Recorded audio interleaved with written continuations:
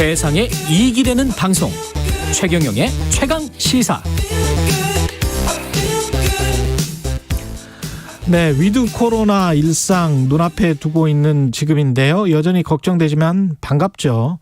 일상의 회복 전에 그동안 있었던 피해를 회복하는 것도 중요하다고 말씀하시는 분, 홍콩 과학기술대 김현철 교수님, 홍콩 상황도 좀 궁금하기도 하고요.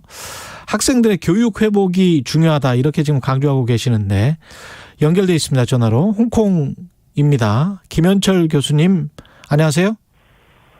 네, 안녕하세요. 예. 사람을 연구하는 경제학자 김현철입니다. 예. 사람을 의사 출신이시잖아요. 예. 정치인인 줄 알았어요. 네네. 그래서 어디 무슨 안양 무슨 이렇게 말씀하시는 줄 알고, 예. 의사 출신이어서 사람을 연구하는데 경제학도 사실은 사람과 관련된 학문입니다. 예. 네네. 예. 어떤 분야를 주로 연구하고 계신가요? 경제학에서도? 네, 저는 보건경제학자이면서 동시에 교육경제학자입니다. 그래서 그러시군요. 사실은 사람을 연구한다고 말씀드렸습니다. 그러면 딱 맞네요. 지금 경제학도 들어가고 교육도 들어가고 그래서 앞으로 학교 교육이랄지 이제 코로나 이후에 어떻게 해야 되는지 그것도 좀 궁금하고요. 우리가 얼마나 타격을 받았는지도 좀 궁금하고 홍콩은 어떻게 하고 있는지도 궁금한데 먼저 홍콩 이야기부터 들어볼게요. 홍콩은 지금 어떻게 하고 있습니까? 홍콩과 중국은 지금 전 세계에서 유일하게 제로 코비드 정책을 고수하고 있는 나라입니다. 예. 그래서 실제로 홍콩에서 지난 한 3개월 동안 지역사회 감염이 전혀 없었습니다. 사실 제로 코비드 정책을 하게 되면은 되게 강력한 락다운 정책과 그 관리가 들어가서요. 예. 우리나라가 본받아야 되거나 따라해야 된다 이렇게 말씀드리고 싶지는 않고요. 하지만 그 덕에 학교라든지 이제 지역 내에서의 생활은 비교적 자유로운 편입니다. 그러면 마스크 안 쓰고 실내에서도 그렇게 다녀요? 제로면? 그렇지는 않습니다. 예. 마스크에 대해서는 상당히 강하게 표시하고 있고요. 예. 하지만 이렇게 바를 간다든지 아니면은 식당을 간다든지 하는 거는 비교적 자유롭다 이렇게 말씀드립니다. 그다음에 영업 제한이나 이런 것들도 없고. 없지는 않고요. 있습니까? 심각하게 하지는 않는다. 네. 예. 현재로는 그렇습니다. 지금 한국 방역은 11월 1일부터 이제 단계적으로 풀 것 같습니다. 단계적 일상 회복인데 멀리서 보시면 어떻게 보이나요? 한국의 상황은?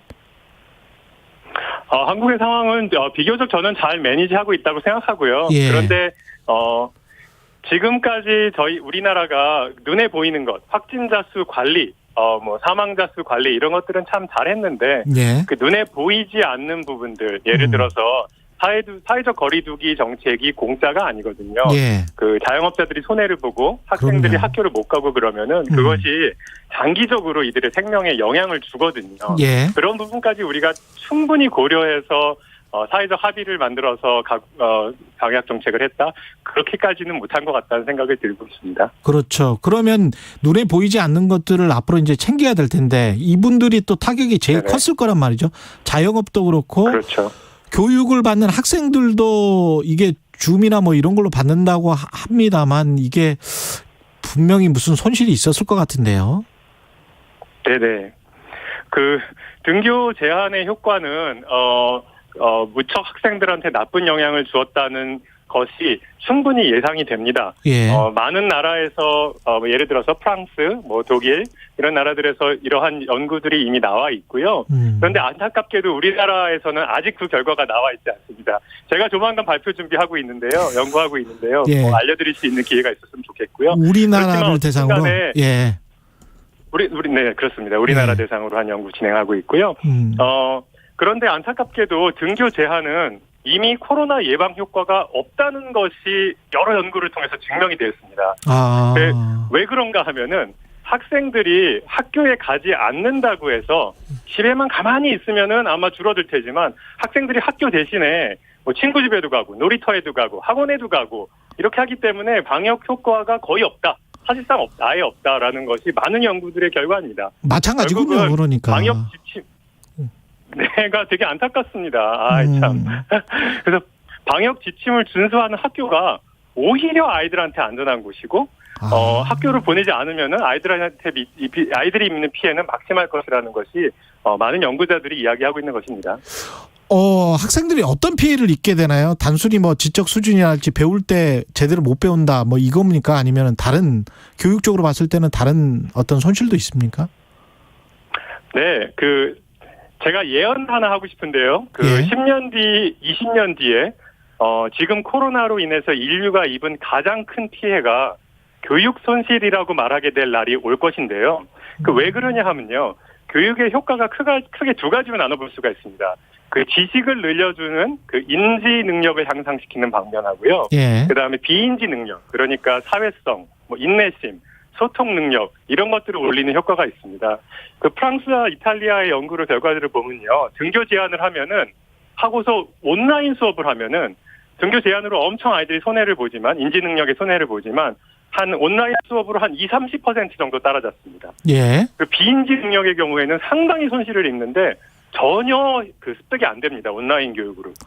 그런데 능력. 이게 비인지 능력과 인지 능력이 결국은 아이들의 나중에 임금과 생명에도 영향을 주거든요. 임금과 생명에 영향을 준다? 네. 그렇습니다. 미국 연구에 의하면은 1년 더 교육을 받으면은 수명이 1.7년 정도 더 증가합니다. 제가 한번 예전에 계산을 해보니까요. 우리나라 초중고등학생이 546만 명이거든요. 이거로 인해서 전체적인 생명 손실이 182만 인년이에요. 그러니까 우리나라 여생이 한 70대 정도 남은 고위험군 분들이 12만 명이 사망하는 것과 동일한 효과다. 이렇게 계산한 적도 있었습니다. 아까 비인지 능력이 훨씬 더 많이 떨어진다라고 말씀하셨는데 비인지 능력이 구체적으로 뭔지 좀 청취자들께 소개해 주시죠. 네. 잠깐 말씀드렸었는데요. 사회성, 인내심, 소통 능력. 공부 잘하는 거 말고 사회가 우리가 사회를 살아가면서 제 애가 괜찮네. 회사 생활 잘 적응하네. 이런 것들이 학교에서 배워지는 것들이거든요. 학교가 그것들을 더 키워주고요. 그런데 이게 온라인 수업으로는 커버가 안 된다는 것을 말씀드릴 수 있을 것 같습니다. 그러면 교수님 생각은 그러니까 방역 지침을 잘 지켜서 학교에 나갔어야 했다. 빨리 이런 말씀이시네요. 네, 사실 그런 건데요. 2020년 경우에는 우리가 이 질환이 얼마나 무서운 질환인지, 그리고 아이들한테 어떤 영향을 미치는지 정확하게 잘 몰랐거든요. 그래서 학교를 닫는 것에 대해서는 저희 충분히 이해하고 맞는 정책이었다고 생각합니다. 그런데 2021년으로 들어왔을 때는 이미 이러한 연구 결과들이 2020년 말에 막 나왔거든요. 우리가 좀 그런 것들을 빨리 받아들이고 학교를 충분히 많이 열었으면 좋았지 않았을까 이렇게 생각합니다. 그러면 앞으로 코로나 확진자 숫자가 많이 증가될 수도 있지 않습니까? 일상 단계로 회복을 하면 그럼 그런 상황에서 우리가 겁먹지 말고 계속 학교는 계속 열어야 된다. 이런 생각이시군요. 네, 맞습니다. 학교를 연다고 해서 코로나 감염이 줄지 않는다는 사실도 좀 기억해 주셨으면 좋겠습니다. 그것도 이미 입증이 됐기 때문에 유튜브에서 김현수 님이 이런 질문을 하셨네요. 근데 앞으로 원격 교육이 대세가 될 것 같은데요. 이건 어떻게 생각하세요? 앞으로 원격 교육이 많이 늘어날 것이고요. 제가 온라인 교육이 사회성 발달이라든지 학업에 미치는 영향이 아직은 적지 않다라고 말씀드린 것이 영원히 소용이 없을 것이다 이렇게 말씀드리지는 않습니다. 지금 현재의 기술력으로는 아직은 많이 부족하다. 그러나 미래에 메타버스가 생기고 이러면은 어떻게 될지는 저도 잘 모르겠습니다. 아마 훨씬 더 좋은 효과가 있을 것이라 기대합니다. 우리 같은 경우에 한국 단계적 일상 회복을 통한 진짜 이제 일상 회복을 위해서 사회나 개개인이 어떻게 노력을 해야 되겠습니까? 마지막으로. 네. 위드 코로나 시대에 접어들었습니다. 하지만 이제 감염자 수도 많이 늘어날 것입니다. 그러나 이거 늘어난 사람들을 우리 사회가 감당하기 위해서 많은 준비를 해왔고 해갈 것입니다. 모든 사망을 원천 봉쇄할 만한 만능 해결책이 존재하지 않습니다.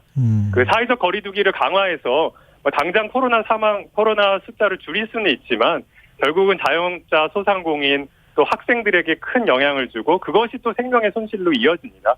그래서 그리고 또 마지막으로 백신 도입 이후에는 이제 백신을 맞으신 분들은 코로나19의 위험이 작년과는 다르다. 백신 전과는 이제 완전히 다르다라는 것들을 좀 국민들에서 인식하셔서 조금 더 마음 편안하게 상황을 지켜보셨으면 좋겠습니다. 감사합니다. 지금까지 홍콩과학기술대 김현철 교수였습니다. 고맙습니다. 10월 28일 목요일 KBS 1라디오 최경영의 최강시사 오늘은 여기까지고요. 저는 KBS 최경영 기자였습니다. 내일 아침 7시 20분입니다. 고맙습니다.